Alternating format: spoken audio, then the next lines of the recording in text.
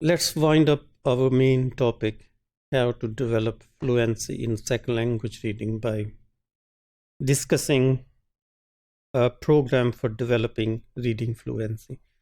So in this module, we'll talk about some of the principles of a program specifically designed for developing fluency in second language reading. So the first principle which needs to be considered is the time.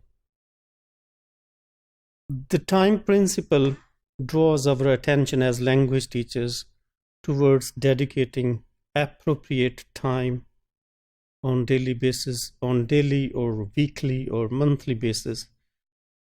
And it should invite students to make commitments towards reading in the class and outside the class. And it should give a realistic picture to the students that how much time they need to dedicate in order to become fluent readers. Let's say, for example, 5 to 6 months seems a bit realistic in terms of developing fluency. And the second principle is the motivation. It should be an integral part of a reading program. And in this regard, the role of the teacher is more important and key, because it's the relationship between the student and the teacher which can help develop fluency.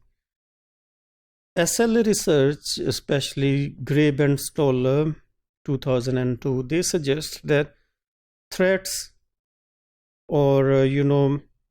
seldom work for developing fluency in second language learning, and especially for second language reading. So teachers should create positive, appropriate, conducive environment for the students where they feel relaxed, where the rewards are given to the students for working in groups, or where they keep track of what they read actually. Another principle which should be an integral part of reading program is metacognitive awareness. And in this regard, students should be made aware of the nature of reading and the purpose of reading. And they should be made aware of the process of strategies, for example, skimming and scanning, or pre-reading activities, or guessing words in their context, and cultural or rhetorical patterns, how research report in business is like, and how research report in other discipline, for example, sociology, looks like, and what are their organization, what are their cultural or rhetorical differences. Another principle is the appropriate choice of materials.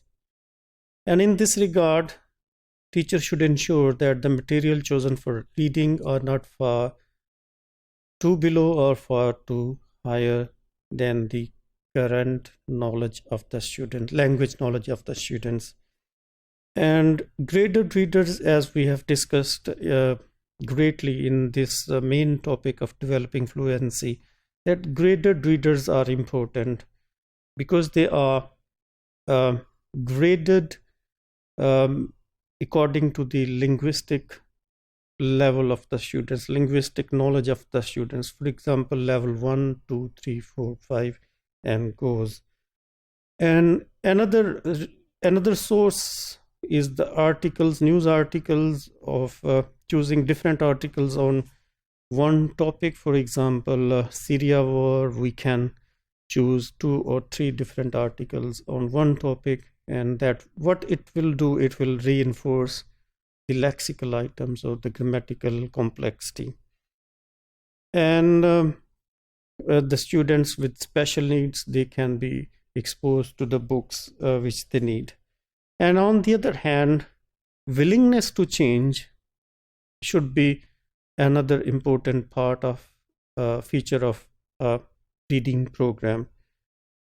And teachers should be flexible in their approach towards new methods if their current or old methods don't work. And similarly, students should be open to accept new learning styles. Another feature is the confidence in the program.